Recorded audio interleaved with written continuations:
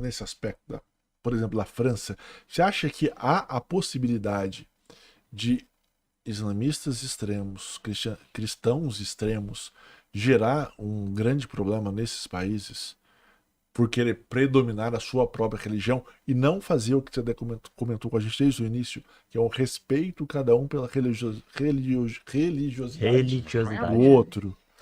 O Islã, a gente tem três grandes divisões, né? Duas desde o princípio, desde o século VII, pós-morte de Muhammad, né? Que hoje aqui nós, em língua portuguesa, utilizamos mais como Maomé. E eu tenho uma terceira vertente que inicia-se no século XVIII, assim como várias outras que no século XVIII se iniciam, né? Como protestantismo, pentecostal, né? Como várias linhas budistas, judaicas. O século XVIII é um século muito efervescente, assim como também foi o século XX. Mas, né, essa linha súfica é uma linha de uma ordem mística, que não tem tanta expressividade. Então, a expressividade maior, talvez mais conhecida do Islã, esteja ainda entre os sunitas e os xiitas. Dois grandes grupos que têm muitas subdivisões internas, que se reconfiguram, claro, de acordo com os países em que, né, de forma estatal, a religião prevalece. Na África, no Oriente Médio, né? E se a gente falar de Oriente Médio, somente, né, Israel que não é. Todos os outros, de forma São estatal, são. islâmicos. E aí você tem em 2014 o movimento, né, dentro do Islã, que foi a configuração do chamado Estado Islâmico. Né? Isso é bastante discutido e foi bastante discutido pela forma com que eles se apresentaram e se apresentam ainda, Sim. mesmo tendo perdido força.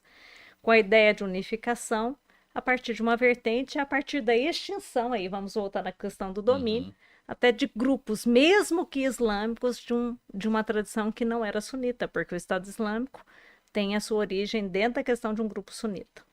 Então, você tem uma profusão de uma ideologia, aí vamos chamar de ideologia, como muitos estudiosos preferem também optar pelo termo, uma profusão dentro do próprio Estado Islâmico de uma forma de ser islâmico, de domínio, né? Com várias interfaces, sequestros, né? E assim por As diante. execuções públicas. E todas essas questões vinculadas, em especial, aos meios de comunicação, correto? Que eram jornalistas, né, lideranças e assim por diante. Então você tem uma outra configuração. Esses grupos, eles acabaram se disseminando pelo mundo. Né? Há um mapeamento, há um estudo muito profundo em relação a isso, dessa mobilidade desses grupos. Porque os grupos, mesmos que eles se separem, eles permanecem enquanto vínculo pelo próprio fundamentalismo daquilo que eles acreditam que legitima a própria vida. E no Estado Islâmico, eles retomam uma prática que a gente chama de jihadista. Não é prática de fé, não é pilar religioso, mas é um preceito que a morte por Alá legitima as ações. Então você Tipo, os meios justificam os fins? algo bem próximo a isso. Claro que lá no século VII tinha uma configuração e hoje tem outra, mas é basicamente isso. Então, morrer por Alá legitima essas práticas, né? Essas mortes públicas, atentados e todas essas questões como nós temos. Então, esses grupos, eles acabaram se difundindo no mundo. E, em especial, né, conseguiram também vincular pessoas. Quantos brasileiros se vincularam a esses grupos? Sim. Sim. Quantos jovens se vincularam a esses grupos? Então, engano quando a gente pensa que esses grupos são apenas de uma linha do Islã. Não, eles estão nas três vertentes que o Islã tem como divisões. Claro que cada um a partir do seu preceito religioso. Né? E aí, você, como cientista, percebe que talvez o mundo comece a entrar novamente numa guerra religiosa por causa dessa difusão? Ou você acha que a gente está caminhando para um tempo de paz, de tolerância?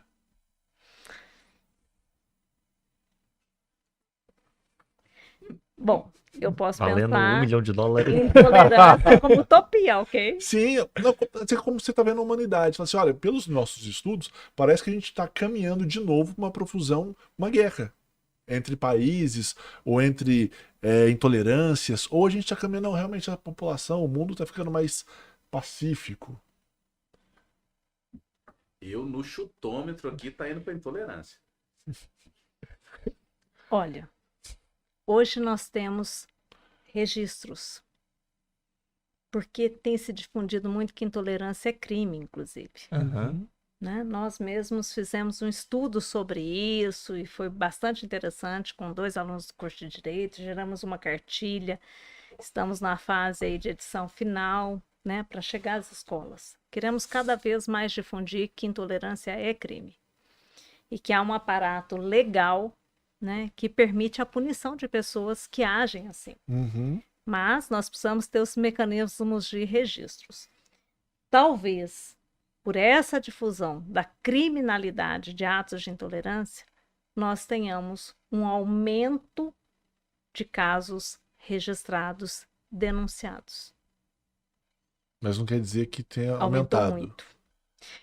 Nós estamos Talvez só tenha estudando sido isso. divulgado. Tem muitas pessoas que estão estudando isso e nós aqui também estamos estudando isso. Se essa incidência do aumento deve-se à maior conscientização das pessoas que elas podem denunciar, ou se efetivamente os casos aumentaram pelo fundamentalismo religioso estimulado por questões da política. Uhum. Muitos estão indo por essa segunda linha. Isso Brasil, mas isso seria mundo também? Mas isso não é só Brasil, isso Entendi, é mundo. Isso é mundo. No Brasil, a incidência maior de intolerância religiosa ainda é em relação às tradições afro-brasileiras. Uhum. Normalmente são contra minorias. Exatamente. Quando você vai para a França, é em relação a cristãos. E lá já é minoria. Ou ainda... Porque hoje é minoria. Hoje é minoria lá já. Minoria. Então, você tem uma incidência de intolerância a cristãos. Na África, você tem uma incidência de intolerância a cristãos e não às tradições africanas. Sim. É curioso isso. É sempre contra a minoria, normalmente. Então, mas é verdadeiro. Então, nós temos um aumento, não só no Brasil, mas no mundo, de casos de intolerância. E aí, os índices desses registros é que apontam que, infelizmente, eu não poderia dizer que nós estamos caminhando pela paz mundial. Pelo contrário, talvez. Muito mais do que aquilo que se estabeleceu na guerra do Oriente Médio entre palestinos e judeus. Hoje nós temos outras formas de expressão que demonstram que vários grupos, né, têm atos e cometem atos em relação às minorias. É o que é sempre preocupante, né, Ciro? Exatamente. Isso também me angustia. Não só me preocupa, mas me angustia muito. Estimula muita divisão. Porque a gente fica imaginando, será que a gente está evoluindo como sociedade? Porque ou será que a gente está regredindo porque a enquanto ideia, sociedade nesses aspectos? uma coisa que se atrapalha, por exemplo, a ideia de progresso econômico, da ideia de progresso moral e das outras coisas, o que não é verdade, na minha visão. Por exemplo, igual você trouxe a ideia de que países desenvolvidos economicamente teriam a propensão a ser ao ateísmo. Aí, outra coisa que você pode pensar, não necessariamente o progresso econômico traz o resto do progresso, por exemplo, moral, que não deveria ter intolerância às minorias. É algo que não se contrapõe. Essas contraposições, elas são contemporâneas, né, gente? Já não são mais só duais. Uhum. Wagner, você quer perguntar porque eu tenho que ir para o encerramento. Tem que ir. Assim, com tudo isso que a gente falou aqui agora... A gente deve estocar comida. Comprar papel higiênico. Você acredita que, assim, ó, independente de religião, né? Mas a fé e o medo, ela acaba sendo o alicerce, ela acaba sendo o meio e acaba sendo a pólvora?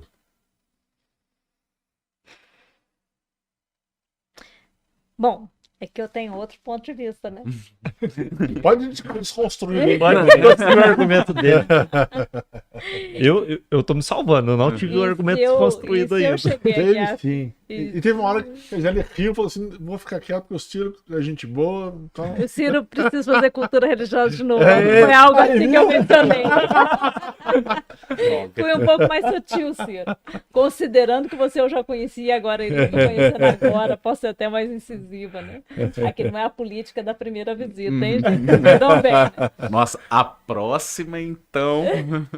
Mas quando eu parto do princípio que a fé ela é cerebral, está no cérebro, né? Até porque vários estudos já sinalizaram isso, desde a década de 70, isso só avançou em termos de localização, até da gente compreender melhor isso, até porque redireciona comportamentos. É estranho eu dizer isso, mas é a tese do James Fowler, né?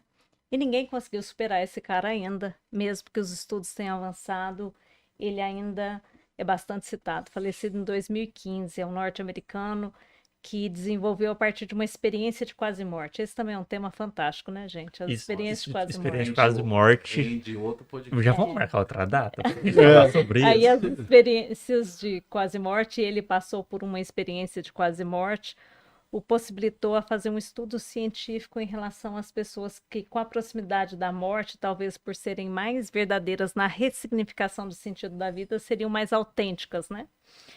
E ao responder uma entrevista em 4 etapas, elas acabaram evidenciando que nós evoluímos na fé por 2 perspectivas. A perspectiva da experiência, que é diferente de vivência, que aí já é uma outra questão também, mas é muito legal. E também pelas nossas crises existenciais que nos fazem questionar. Aí eu tô nessa.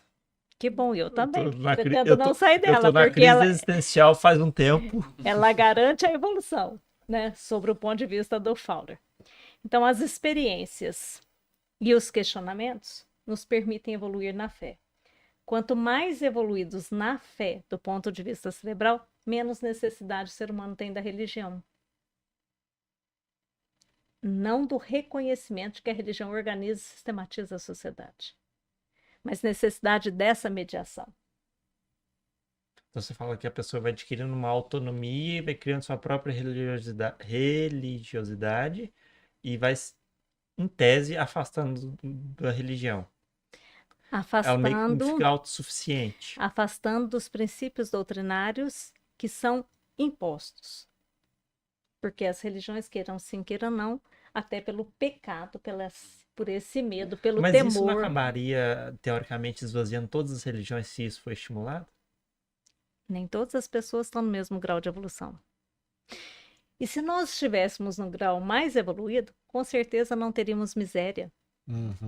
Com certeza não teríamos disputas, essa conversa guerras. que a gente conversou agora há pouco. Não teríamos intolerâncias.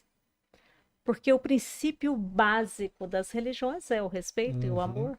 Quase um paradoxo. Exatamente. Então não haveria necessidade da religião, porque você emanciparia na autonomia de reconhecer o outro, que é o princípio da alteridade, da interculturalidade e dos princípios básicos que regem a vida. Isso é fantástico. Isso é cerebral. É porque toda religião ela te dá o fundamento que você deseja. Se você deseja utilizá-la como algo punitivo, talvez lá tenha o fundamento. E tem muitas pessoas que o fazem. Olha que Deus castiga, hein? Exato. E aí tem pessoas que criam, inclusive, verdadeiros traumas morais em relação à questão religiosa. Eu me deparo com ele todos os dias. Mas, sobre o ponto de vista, né, de que nem todas as pessoas conseguem evoluir por várias questões, e não são questões econômicas que eu estou falando, porque há pessoas com um nível econômico insuficiente e que são, vamos dizer assim, verdadeiros mestres na convivência, na fé. Você imagina um benzedor ou uma benzedeira que desde os 9 anos recebe essa missão de benzer, que se coloca a vida inteira para receber o outro, na necessidade que o outro tem. Isso é uma disponibilidade ímpar. Ímpar. Não tem aposentadoria para benzedor e benzedeira. Não, sim. Por exemplo, isso e nem tem pagamento normalmente. Não. Pagamento não configura como vencedor e benzedeira, é outra coisa. Exato, porque na verdade Isso. você chega lá e fala, não quero nada. É. Seu coração, se quiser me doar alguma coisa, fica à vontade. E Mas geralmente é isso. essas pessoas fazem caridade com aquilo que recebem. Qualquer pessoa que chega lá precisando, toma, leva. E completamente. É tão interessante isso. Então é outro ponto de vista. Desculpa desconstruí-lo. Mas é outro ponto de Perdeu o vista. Fagner. Mas eu acho que assim, a fé É outra também lógica. é um pouquinho tipo show na minha cabeça. Tipo show.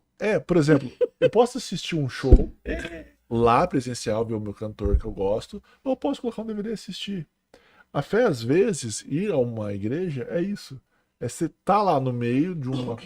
Para que você sinta a sua fé fortalecida. Porque você poderia assistir em casa, orar em casa, mas às vezes ir ao local é também isso. É tipo um show. É que Entende? dentro dessa. Traz esse É que lado. dentro Eu não dessa. consigo ver por esse lado, porque aí a questão de entretenimento, Não pra é mim, você é um pesa. avivamento seu. Você assiste um Gente, show na mas sua tem casa, você não fica pulando. Por que que não? Mas você não fica na sua casa pulando vendo um DVD. Fica. Bom, o Jung Mussung fala do Normalmente. mercado da fé, né? se a banda Idolatria é do boa, eu canto mercado. junto. Mas canta, E pulo. deitar. Mas se for um show lá, é mais legal. É lógico.